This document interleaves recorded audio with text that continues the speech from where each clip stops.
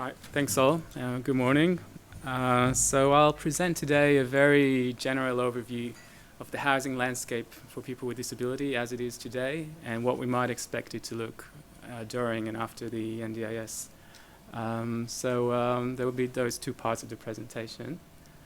So I'll start with the sort of background, just sort of looking at the current landscape and where people with disability live today.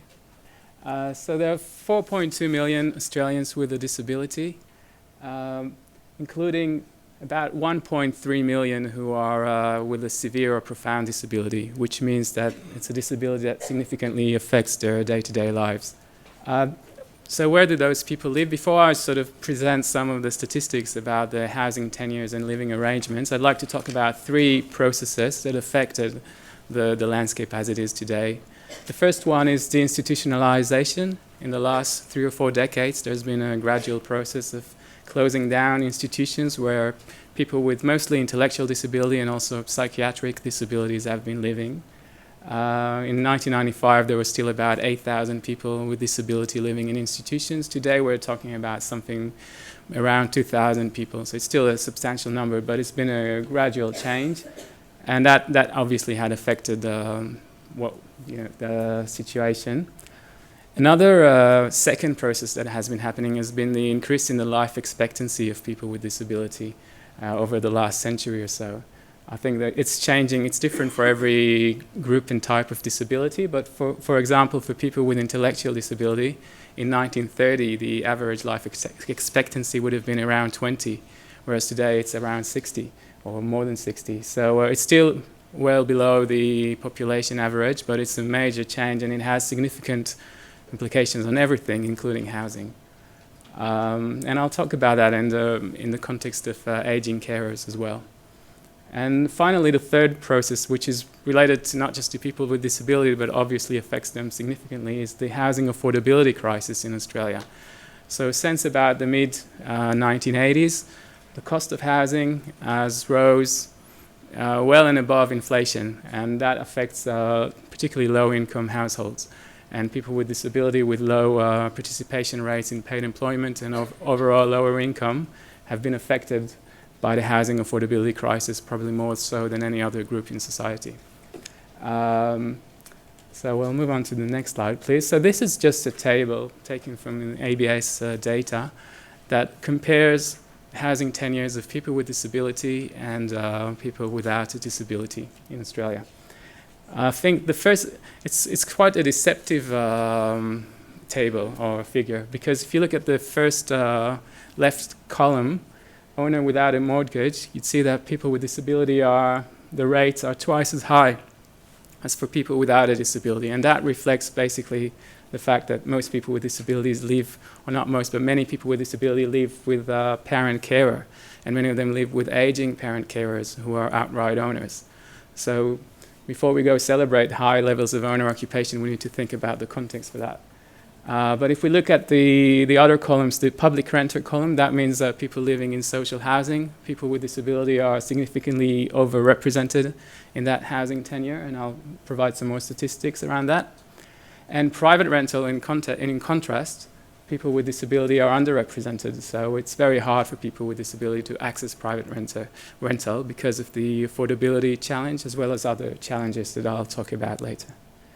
I'll move on to the next slide, where I'll talk specifically about people with disability living with carers, and particularly with elderly carers. So around Australia, we're talking about close to 100,000 people with disability who are over 25 who live with a parent carer.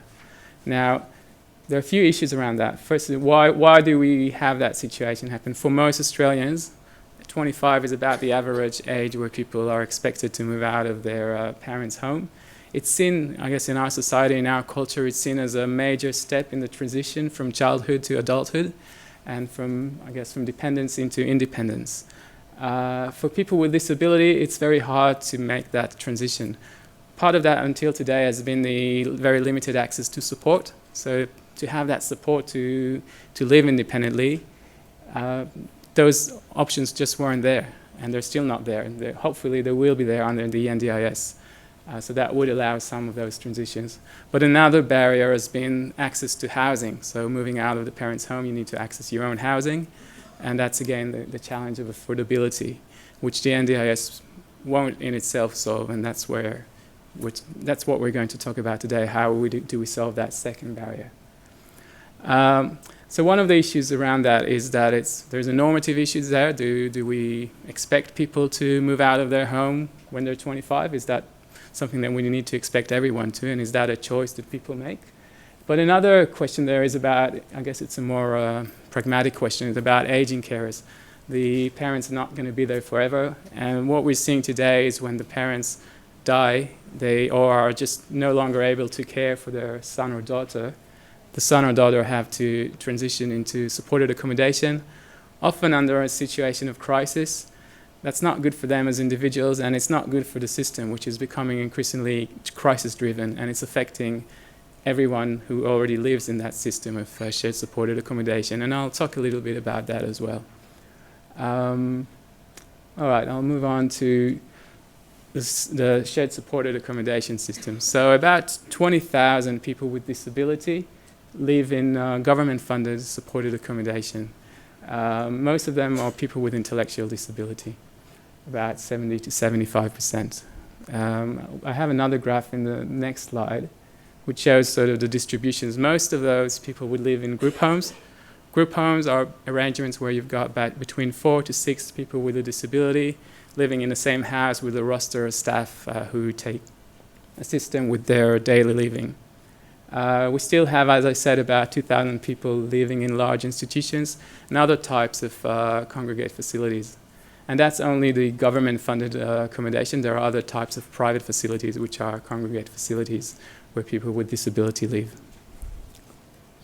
There are a few issues with this system of shared supported accommodation. One of it is that there's not enough of it, especially the group homes. The waiting lists for group homes are extremely long. It's completely crisis-driven in terms of who gets access into it. If you're not in a crisis, if you're living with your parents, then you're not in crisis. Or if you have to basically be in, I guess, in risk of homelessness to enter some of those places. And I guess flowing from that, because of the unmet need and because of the crisis-driven allocation system, people have very limited choice about where they live in shared supported accommodation. So they have no choice who they live with and where they live. And now the second point there about daily living, lack of choice in daily living, I'm generalizing here. I think some of the group homes are fantastic, great staff, and really working with their residents in a wonderful way. But some of those places are run in a sort of institutional-like model where people have very limited choice on very basic decisions, such as what they'll eat for breakfast or where they're going out in the evening. So that's part of the shared accommodation system and part of the problem that the NDIS will try to solve. And I've mentioned just another last point there. I mentioned the history of institutions. It's not a history, it's still on today. There's still 2,000 people living in institutions. There's a long history that's well documented of abuse, neglect in institutions. Now, I acknowledge that institutions today are not what they were 10 or 20 years ago, but there's a real problem in congregating large amounts of people with disability in a facility like that. And there are some real tensions there about the choices that families make about institutions and what the evidence shows about the reality in those institutions, and the policy which is explicitly in favor of community living rather than segregated living. Now, there are other people with disability who experience very unstable or inappropriate forms of housing. We have a very large group of people who are young people under 65 who live in nursing home or aged care facilities, which is considered inappropriate, including approximately 700 under the age of 50. In homelessness, people with disability, particularly people with psychiatric disability, but not only, are highly represented among the population of homeless services users or homeless people. In 2013, about 50% of all users of homelessness services were also recipients of the disability support pension. And I think that underestimates their actual proportion. So homelessness is a real issue for people with disability, particularly psychiatric.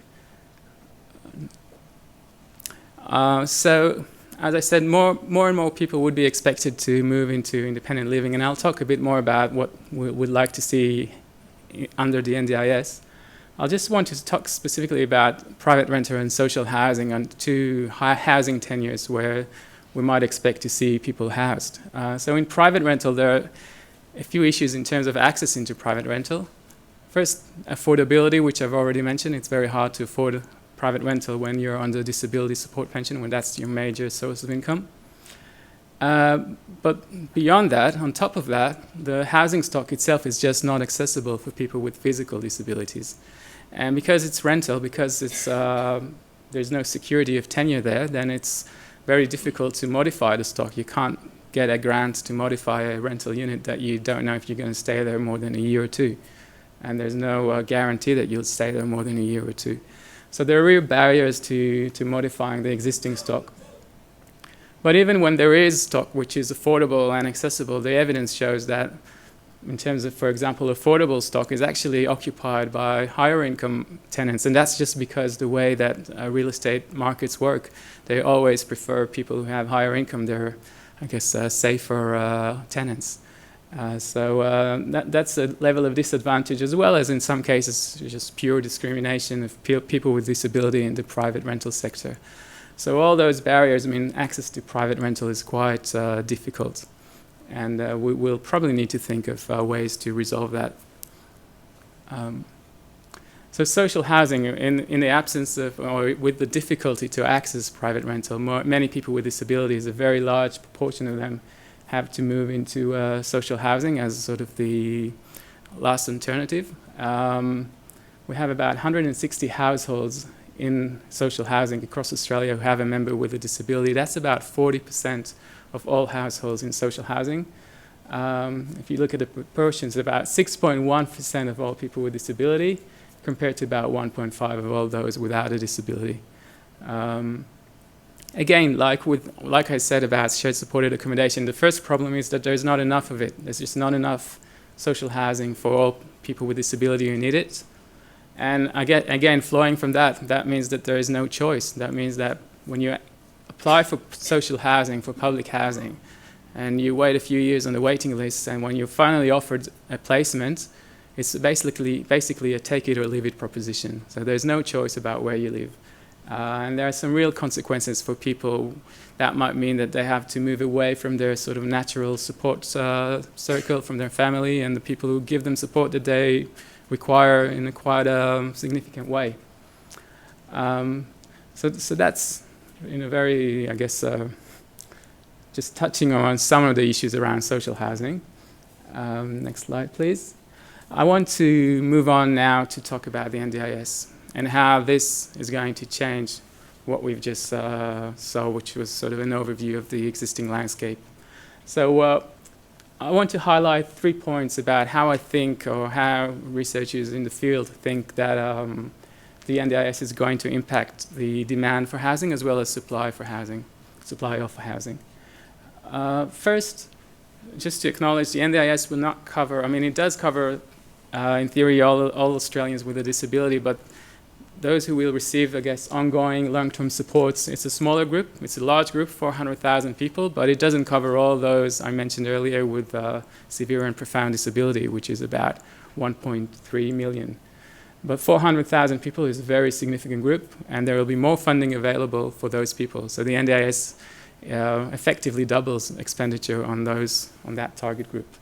Now, in terms of how the NDIS is structured, it's very different to what we've seen today. So until today, we've seen block funding for sort of shared supported accommodation. Things like group homes are funded as a service.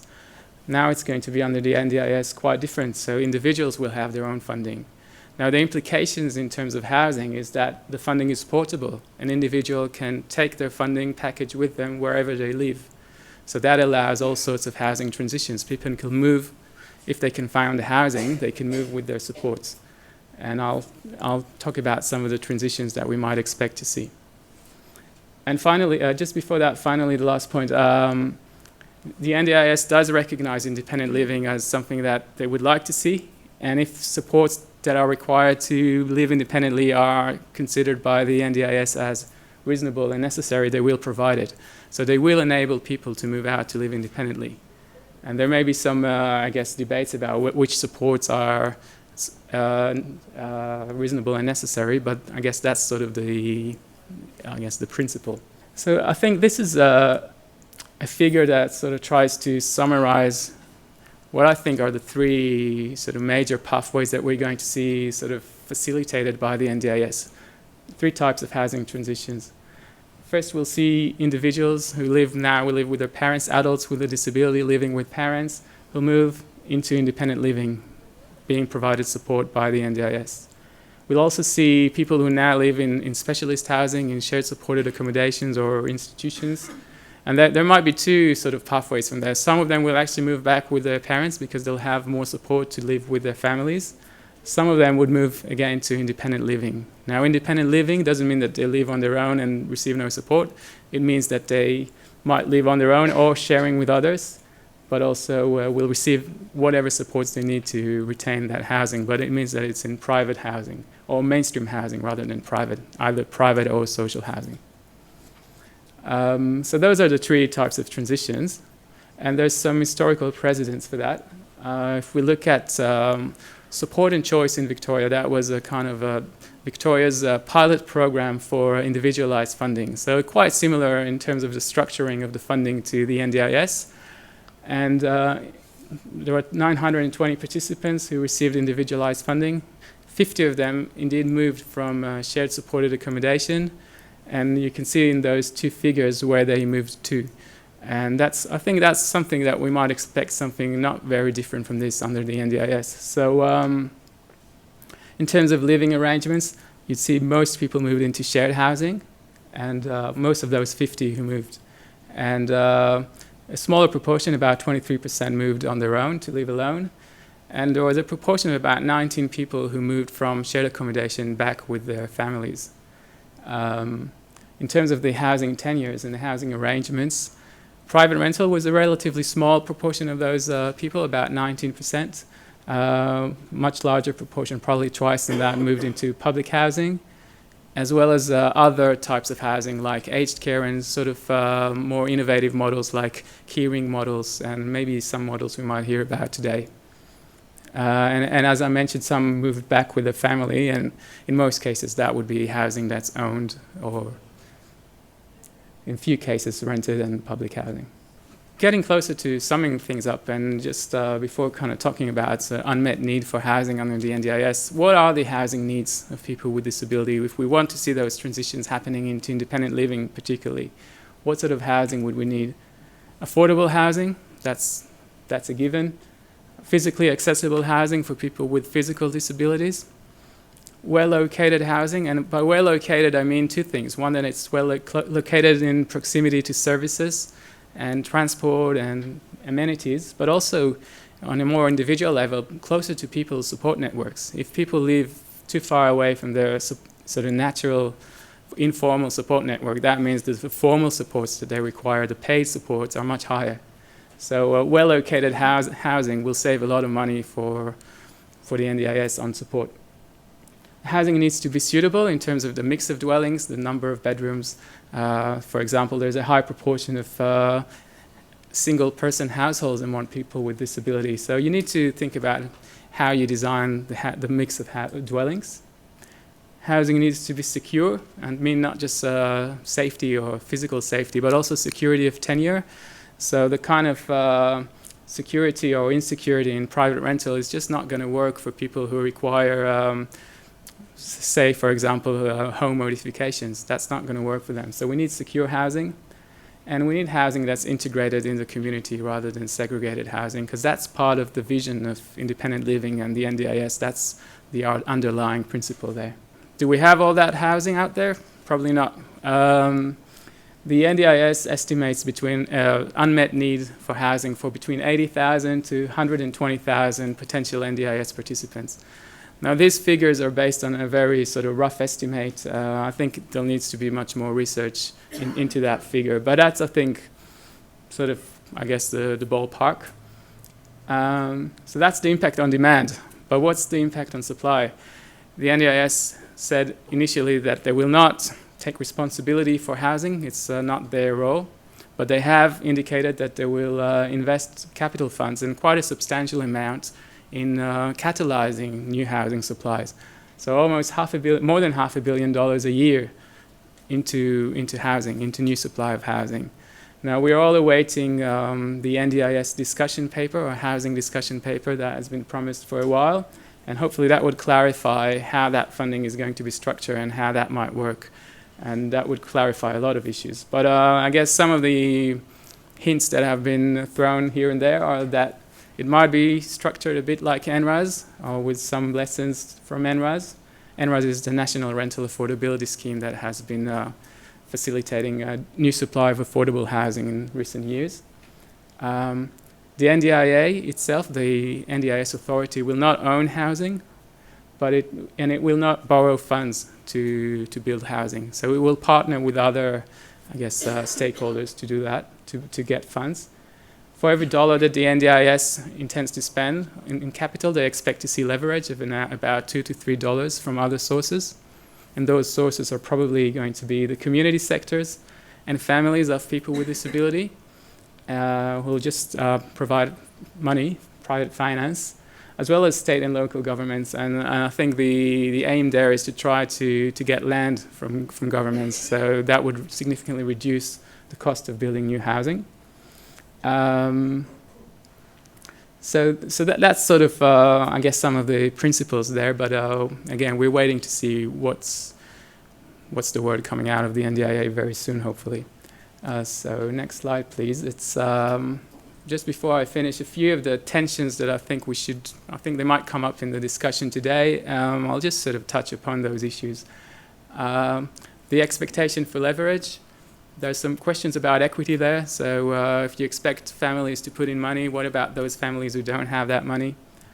There's going to be a real tension around NDIS is all about control and choice for participants. But when they go out there and seek for housing assistance, where it's, as I said, it's a sort of take it or leave it proposition, there's going to be a real tension there. How do you really achieve choice and control in that sort of context? And I guess the third very contentious issue is this. Again, I mentioned the need for integrated housing in the community. And there's some real debate in the community around what is integrated housing and whether cluster type housing and congregate facilities are legitimate options, or integrated housing in the community.